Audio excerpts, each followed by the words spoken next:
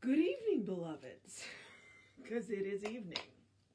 It is almost 9 o'clock at night. I'm on time for, being 12 hours late, which I did say I would be. We opted to take today and run away and went over to, I think it's Page, Texas, and went to Sherwood Forest Fair and did something we hadn't done before.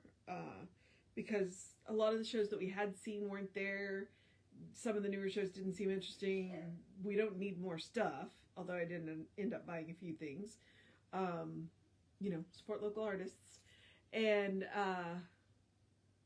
we decided to follow the Sherwood Forest Fair story. So about every 45 minutes or so, various Sherwood characters got together and did part of a long-running show. We didn't quite make it. We were there 10 minutes before canon, but didn't make it because it takes more than 10 minutes to put a corset on. So we got in after that was over. So we missed the very first thing, but then we went ahead and tracked the rest of the shows, and it was a really good story. The actors were funny. The story was great. We really enjoyed it, and then Tom's, of course, looking up all the actual history, like the historical people, and so we're still talking about it. We talked about it all the way home, and then we ended up looking up, other historic, like he was talking about the Holy Roman Empire, and I have one glaring deficiency. Like, there's a whole lot of things that I'm good at. I have one glaring deficiency. I'm awful at geography. Like, until about 3 weeks ago, I did not know that Bohemia was a country. At one point. It's not anymore. But at one point, Bohemia was a country. I thought it was an art style. I did not realize it was a country. And so he was trying to explain the Holy Roman Empire to me, and I was like, wait, what? It's based in Germany? The Holy Roman Empire was not in Italy? Entirely very confusing for me. History I get. Geography? Oh no. Oh no. So, with that said, we have an interesting title today. So I don't know what's going to come out of this. Hey, baby boy. Foster has come in. You can see the little tail there. So, it is March 9th. Our title is The Inferiority Complex. Our author is Augusta E. Rundel. And this is from The Science of Mind, March of 1930. So, I'm guessing The Science of Mind magazine is what I mean. Obviously, it's not from the textbook. Okay, the inferiority complex. The definition of inferior is given as lower in quality, and that of superior as surpassing in quality. An inferiority complex, then, is the acceptance of the belief that one is lacking in the qualities which make for a normal expression of life. This state of mind brings that sense of being unsuccessful and incapable of coping with conditions, resulting in a self-conscious condition which causes one to withdraw from people and become introspective, inhibiting free action or normal expression. To be or not to be, that is the question. Are we, through reliance upon our own objective reasoning, to feel a sense of lack or inferiority? Or are we, by the recognition of the God within us, to realize that we are the channel through which all power manifests and thus feel superior to any incident which may come into our lives? Here we must make a conscious choice, and having done so, proceed on one or the other of these lines of thought, following it to its logical conclusion. If we recognize at one moment, with infinite mind, we realize that we have at our command the power, the intelligence, and all of the strength of the universe. This sense of at-one-ment gives us that confidence which we lack when we rely entirely upon our own objective mind, and by doing so, cut off the source of inspiration. Jesus said, "Is not I, but the Spirit who dwelleth in me, that does the work." This brings us the assurance that if we will recognize that Spirit as the source of life and ourselves as the channel for its expression, then we have but to be in order that we may become. This would so fortify us with a consciousness of power that it would automatically destroy any thought of inferiority. At which point, I'm going to point out that that was so well written. What could I possibly add to it? It was beautifully written.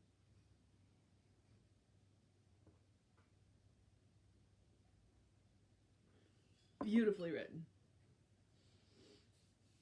It is one of those things that we will frequently come back to. When we try and do things ourselves, we cut off a huge source of our own power. When we try and, what I like to call white knuckle things, it's like when we're gripping so tight our knuckles turn white. When we're trying to do it by ourselves, then we will, then we're cutting off like this huge source of inspiration and wisdom and knowledge and power that the universe, that's available to us for the asking.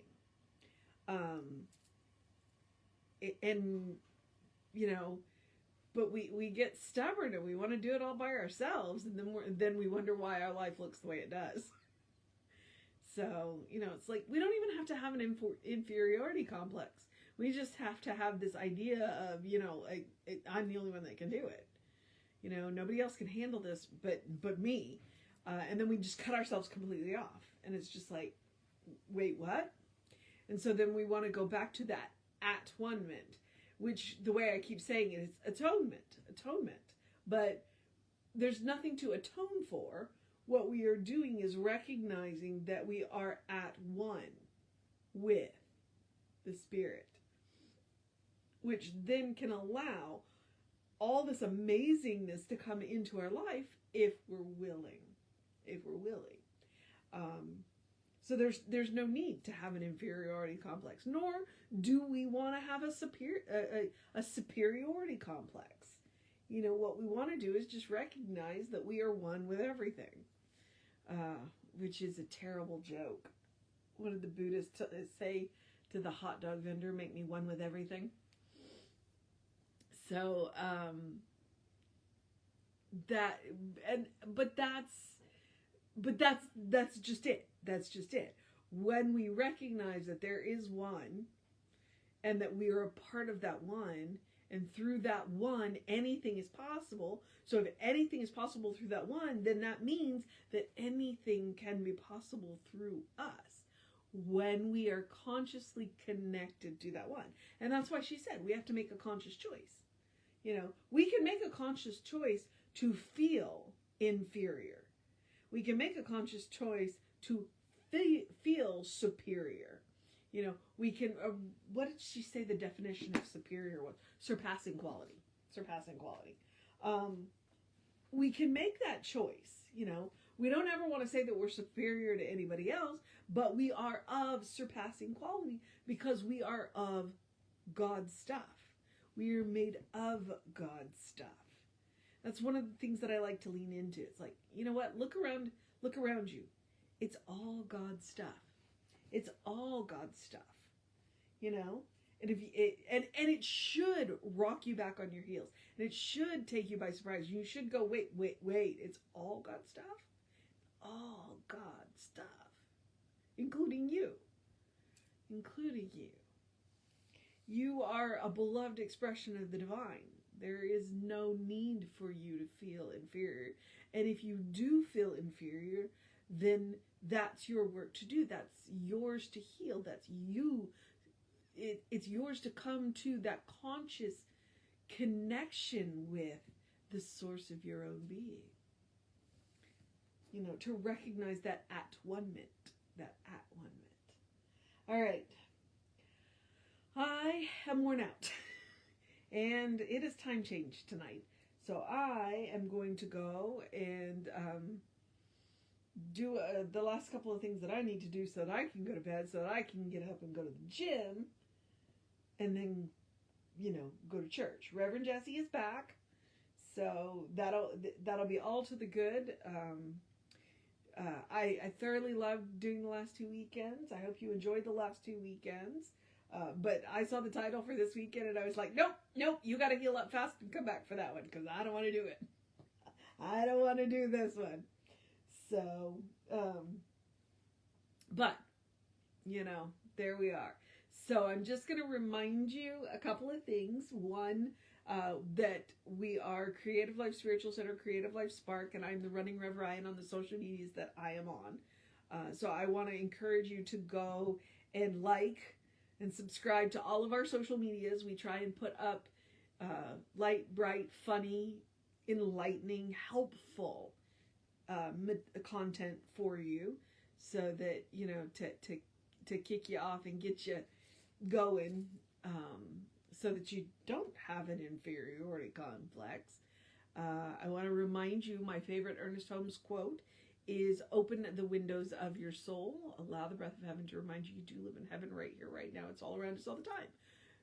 Why it's my favorite Ernest Holmes quote is because it does remind you it's all God stuff. It's all God stuff. It's all good stuff. Even when it's messy, it's still God stuff. It's just us making interesting choices. But it also reminds us that heaven isn't a locality. That's another Ernest Holmes quote. It's not a place we have to get to, but is a mindset. A mindset. A state of consciousness. It's a state of mind. And once you learn to create it, nobody can take it away from you. And then any place can become heaven. I mean, who wouldn't want that, right? I forgot to remind you, which I'll do this in a second. And the one of the best first steps to creating a heavenly mindset is to listen to Emma Curtis Hopkins. Look for the good and praise it. All right. I do want to remind you, if you want to know what's going on with the center, please email info@creativelife.org. That'll get you on the constant contact. You get one email a week, he ain't got time for more than that. Which reminds me, I need to do that Instagram post. But my phone's mostly dead because I took a lot of pictures today. So we'll go work on that. Okay, where was I? I want to remind you to do something loving for yourself, do something kind for yourself, do something compassionate for yourself, whatever that looks like for you. And then I also want to remind you to have a great day, a wondrous day, a fantastic day, a magical day, an enchanted day, a wonder-filled day, an awesome day, an amazing day, a Robin Hood and the Merry Band day, a good day. And if that is too much pressure, simply have a day. You are enough, just as you are. As I have said before and will say again, you are a beloved expression of the divine, a beloved child of God, a brilliant light, a divine spark. You are spirit in motion. You are God in action. Or as Reverend Jesse likes to call us, you are a godling. All right? Explore the truth of your being. Get to know who the divine knows you to be. Because I can promise you one thing. If it's the only thing I can promise you, that the person that the divine knows you to be is good. Okay? And from there, anything is possible. All right, beloveds. I am going to go wrap my day up and go to bed. I encourage you to do whatever it is that you need to do. Take care of yourself. Know that you are loved. I'll be back with you at 9 a.m. and then we'll have an amazing service for you. And then Reverend David will be on around 5 p.m. with you. I don't run away very often, so you don't have to worry about that. Take care of yourself. Know that you are loved. And I will see you next time.